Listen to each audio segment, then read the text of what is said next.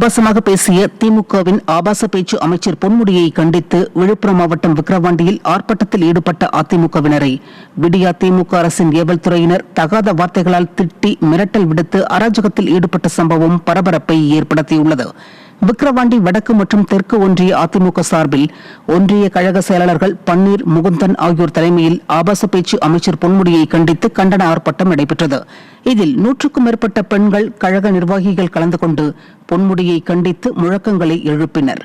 அப்போது அதிமுகவினரை விடிய அரசின் ஏவல் துறையினர் தகாத வார்த்தைகளால் திட்டி மிரட்டல் விடுத்து அராஜகத்தில் ஈடுபட்டனர். இதனை கண்டித்து அதிமுகவினர் விக்கிரவாண்டி விழுப்புரம் சாலையில் மறியல் போராட்டத்தில் ஈடுபட்டனர். மறுவாழ்வு கோரிக்கைகளை முன்வைத்த மாஞ்சோலை தோட்ட தொழிலாளர்களை நீதிமன்ற உத்தரவை மீறி விடிய அரசின் அதிகாரிகள் வெளியேற்ற முயற்சிக்கும் வீடியோ வெளியாகியுள்ளது. திருநெல்வேலி மாஞ்சோலையில் வசித்து வரும் 84 குடும்பங்களை வெளியேற்ற வேண்டும் என்ற ஸ்டாலின் அரசின் கோரிக்கையை நீதிமன்றம் நிராகரித்துள்ளது. இந்த நிலையில் அரசு அதிகாரிகள் தொழிலாளர்களின் விருப்பத்திற்கு மாறாக அவர்களை வெளியேறுவது தொடர்பாக எழுதி தரும்படி கேட்கும் வீடியோ ஒன்று வெளியாகியுள்ளது. நீதிமன்ற உத்தரவை மதிக்காமல் அதிகாரிகளை ஏவி அராஜக போக்கை கடைபிடிக்கும் விடியா ஸ்டாலின் அரசுக்கு தொழிலாளர்கள் கண்டனம் தெரிவித்துள்ளனர்.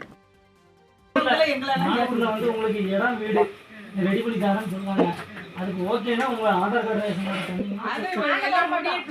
தந்தீங்கன்னா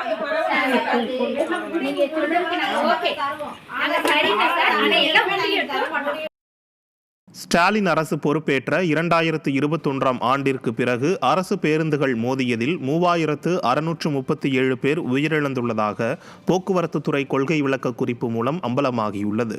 ஸ்டாலின் மாடல் திமுக அரசு பொறுப்பிற்கு வந்த பிறகு புதிய பேருந்துகளை வாங்காமல் பழைய ஓட்டை உடைசல் பேருந்துகளையே இயக்கி வருகிறது. இதற்கு தொழிலாளர்கள், போக்குவரத்து ஊழியர்கள் சங்கங்கள் கடும் எதிர்ப்பை தெரிவித்து வருகின்றனர். இந்த நிலையில் ஸ்டாலின் ஆட்சியில் கடந்த 2021ஆம் ஆண்டு முதல் 2025 பிப்ரவரி மாதம் வரை அரசு பேருந்துகள் விபத்துக்குள்ளானதில் 3637 பேர் உயிரிழந்துள்ளது தெரியவந்துள்ளது.